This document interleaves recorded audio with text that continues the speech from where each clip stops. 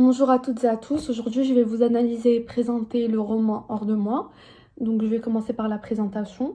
Ce livre s'appelle Hors de moi. Il est sorti le 21 août 2014 et son auteur, c'est Florence Hinkel, qui est née le 13 décembre 1973. Donc, elle a actuellement 49 ans.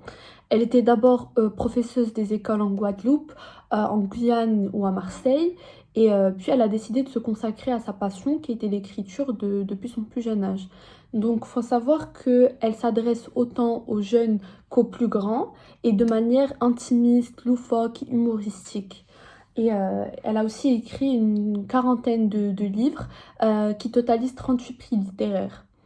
Donc pour le résumé, Sophie, une jeune adolescente de 16 ans, qui ne cesse de penser à cette nuit d'été qu'elle a passée qu'elle a passée avec un jeune garçon dont elle ne connaît même pas le prénom.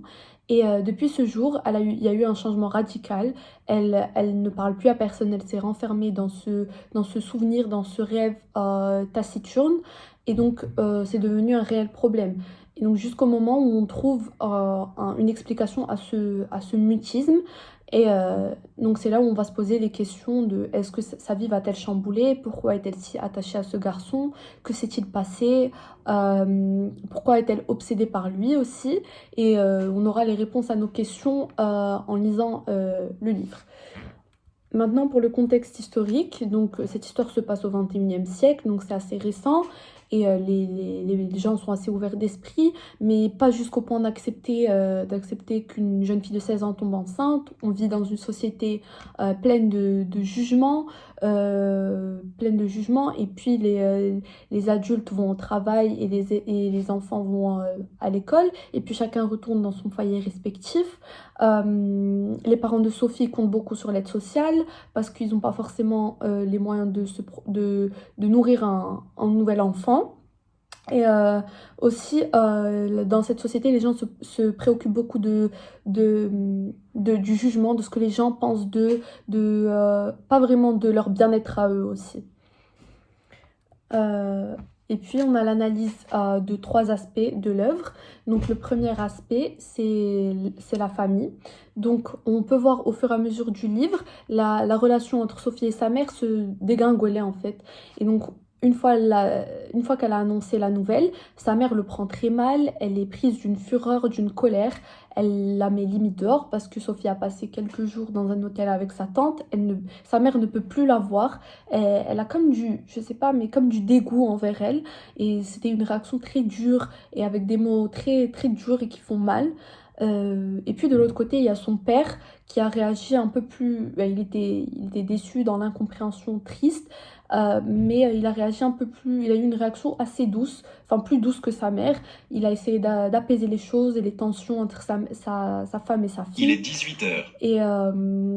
Et voilà.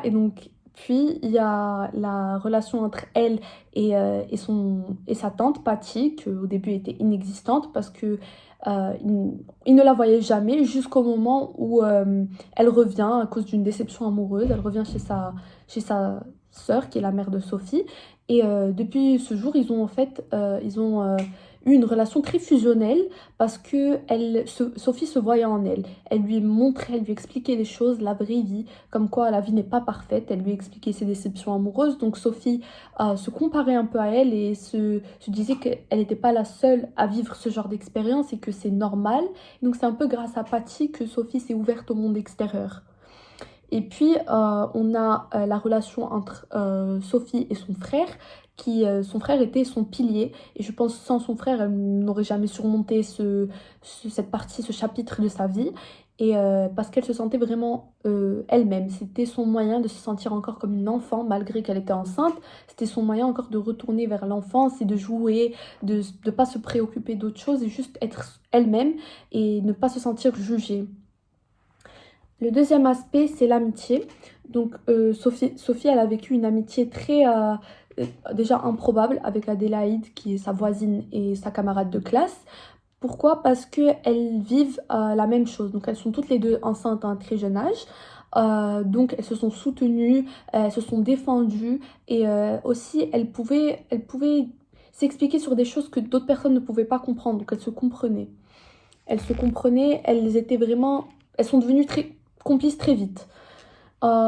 Et aussi, comme on dit, les opposés s'attirent, puisque Adélaïde a un caractère de feu, ce qui ne lui plaît pas, elle le dit, elle a pas honte quoi, de dire ce qu'elle pense, et Sophie est plus du genre à accumuler et être plus réservée, et puis exploser d'un coup. Puis on a son amitié avec Chloé et Majda, qui s'est renforcée et est devenue plus solide. Ce sont des amis depuis avant le drame, on va dire.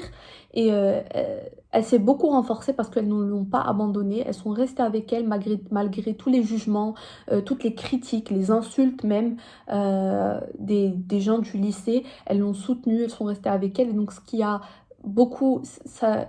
elles ont tissé des liens encore plus forts qu'avant.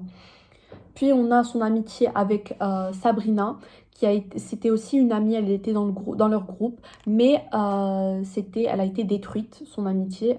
C'était comme un point positif et négatif, puisqu'elle a pu découvrir son vrai visage, qu'elle était hypocrite avec elle, qu'elle n'était pas sincère, et elle a pu aussi, ça lui a fait un peu de mal que son amitié avec Sabrina se finisse, mais c'était un bien pour un mal, parce que Sabrina a préféré aller et raconter toute sa vie, toutes ces choses intimes que Sophie lui a confiées aux gens du lycée, ce qui est très mauvais. Et puis, on a la vie sexuelle des adolescentes, qui est un sujet assez tabou, on n'en parle pas assez. Et aussi, c'est un peu un but pour sensibiliser, puisque ce roman est dédié à la jeunesse, aux jeunes. Et donc, Sophie, sa vie a basculé en une nuit. C'était un accident, elle ne le voulait pas. Pour elle, sa vie, elle est ruinée. C'est un cauchemar ce qu'elle vit. Pour savoir que juste quelques minutes peuvent gâcher toute une vie. Et puis de l'autre côté, on a Adélaïde qui, elle, voulait tomber enceinte, c'est ce qu'elle souhaitait. Elle voulait être mère assez jeune, avoir son petit cocon familial. Et elle avait son petit copain, ils allaient s'installer ensemble, ils allaient vraiment vivre la vie de rêve.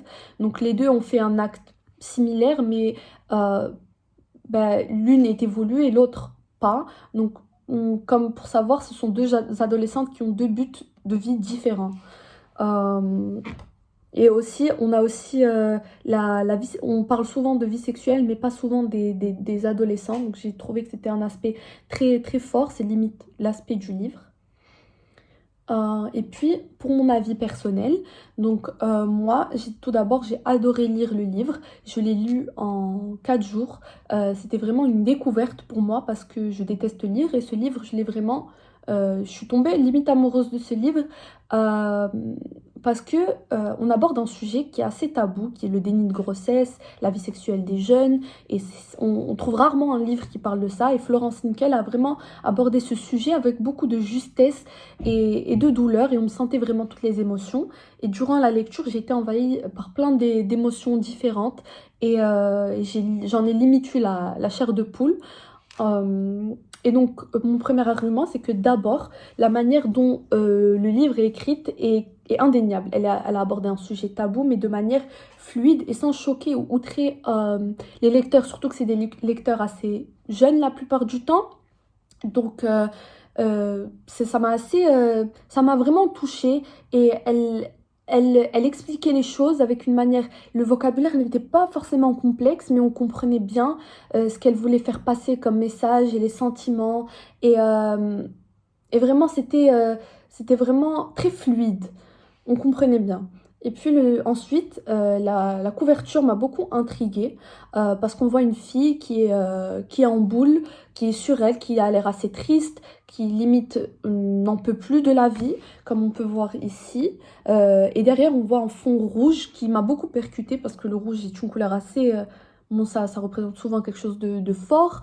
Ensuite, on a le titre qui est écrit en grand, en rouge aussi, qui est hors de moi, qui sont des mots très, très forts, très brusques, et on se demande, mais hors de moi, mais pourquoi? Donc on se pose tout de suite beaucoup de questions. On se pose automatiquement beaucoup de questions, et c'est une couverture qui m'a aussi beaucoup... Elle m'a vraiment touchée, et je voulais en savoir plus. Voilà, donc.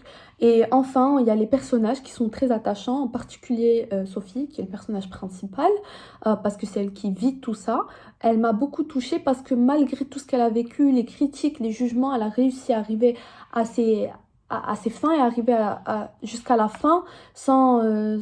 vraiment, elle a vécu quand même, c'est une étape, c'est un moment très difficile et je pense que pas beaucoup de personnes peuvent pas survivre, mais surmonter cette étape, quoi.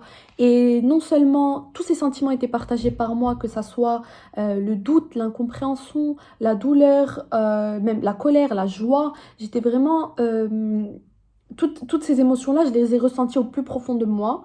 Et non seulement j'ai ressenti, je me suis mis à la place des personnages, non seulement pas pour Sophie, mais aussi pour ses parents, puisqu'ils ont eu deux réactions complètement différentes. Et je pense que si j'étais à leur place, j'aurais eu un mix de leurs réactions, c'est-à-dire la mère qui est dans la colère, elle s'est braquée, et aussi le père qui était triste et qui essayait d'apaiser les choses, mais qui était quand même beaucoup triste et dans l'incompréhension, donc c'était un mix. Donc je me suis vraiment vue dans tous les personnages, le petit frère aussi qui était incompris parce qu'il croyait qu'il avait un problème mental, alors que peut-être qu'il était juste différent, mais pas forcément une maladie mentale ou quoi. C'est vraiment quelque chose qui m'a beaucoup touchée, parce que le petit frère de Sophie a l'air en fait, il s'entend qu'avec Sophie. Sophie s'entend qu'avec lui. Euh, et donc voilà, en conclusion, ce livre, il m'a vraiment beaucoup plu et c'était une vraie découverte pour moi. En fait, c'est un livre plein de surprises. Ça ne s'arrête pas. Et aussi, ce qui m'a beaucoup plu, c'est que la quatrième de couverture, on n'annonce pas que Sophie est enceinte. On nous le dit pas concrètement, en fait. Donc voilà, et maintenant pour ma conclusion, après avoir fini de vous présenter le livre, de vous dire le contexte historique qui est au 21e siècle, pardon, et aussi les aspects de l'œuvre qui sont la famille, l'amitié et la vie sexuelle des jeunes. Et aussi mon avis qui est très positif parce que c'est une grande découverte pour moi, l'écriture qui est incroyable, les personnages qui sont attachants, la couverture qui est intrigante et touchante. Et c'était vraiment une très bonne découverte et je le relirai même une seconde fois, ça ne me dérangerait absolument pas. Et pour vous recommander un livre qui s'appelle L'été où je suis née, qui raconte l'histoire du garçon que Sophie aura 15 ans plus tard. 15 ans plus tard, donc en fait, Hors de moi, c'est une sorte de préquel de L'été où je suis née. Et d'ailleurs, je vais le lire parce que ça m'a vraiment donné envie de le lire et j'ai envie de savoir l'avis de l'enfant de Sophie et qu'est-ce qu'il en pense, lui, de sa mère Sophie. Et ça, c'est la couverture du roman.